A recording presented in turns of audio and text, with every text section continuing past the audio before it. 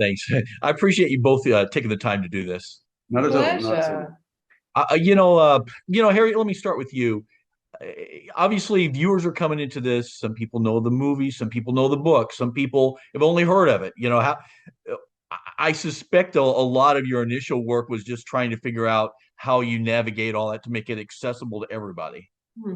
Yeah, it's really interesting. I think it kind of, in a way, happened naturally.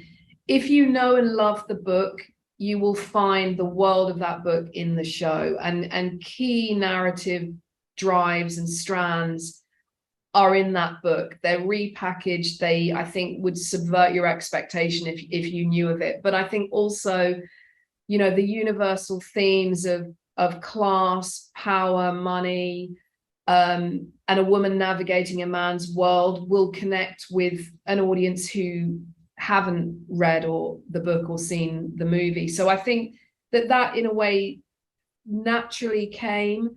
But I think our biggest challenge was just how do we make this incredible piece of work that has been adapted so many times? How do we make it feel like it has a life for television, which is such a different medium and gives you the time to explore character, but also the scrutiny of incredibly smart TV audiences with so much choice. And that was our biggest challenge, and we found our way into that.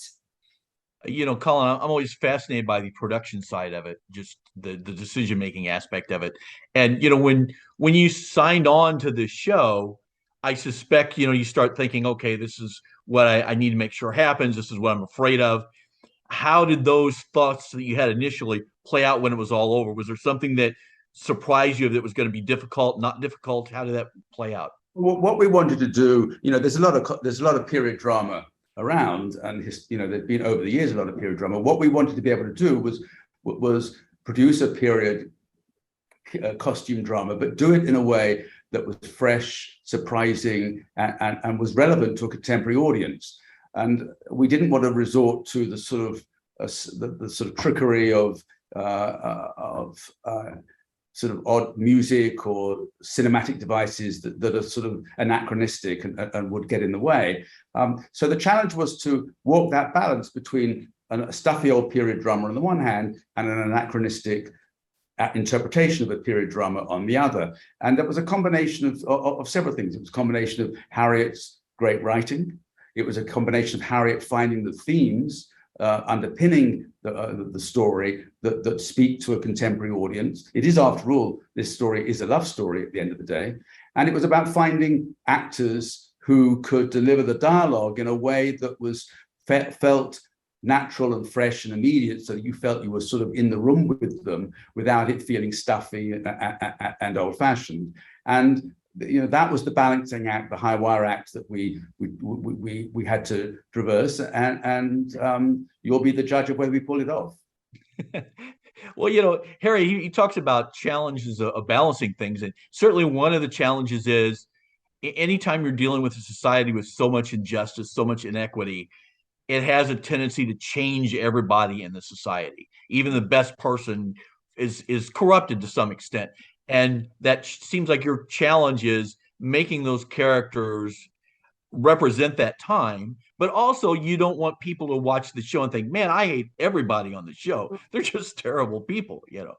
Yeah, and I think that's kind of, in a way, the deliciousness of the novel. It's these characters, I think, it's hard to love them, and the wonderful writing, the wit, there is so much that is memorable. But I think to as you're saying, to then bring that into television and not be switched off, it's different. And that again speaks to the medium, that you can explore character, because I don't think that when you watch this show, you can't not connect with the characters in terms of, we really explore and understand them. And I think that there's a way that you go on that journey, that when we get to that point, when we really cross those moral lines, we haven't lost that little bit of us that connects with that little bit of them, which is the place of damage or trauma. There's a reason they do what they do. And I think understanding and unlocking that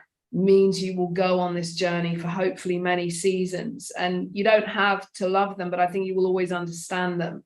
And as with all characters in the show, we really, really want to continue to explore their stories. Nobody is there just to make up the numbers or throw a witty one-liner in. It's a very, hopefully very layered, interconnected show with character.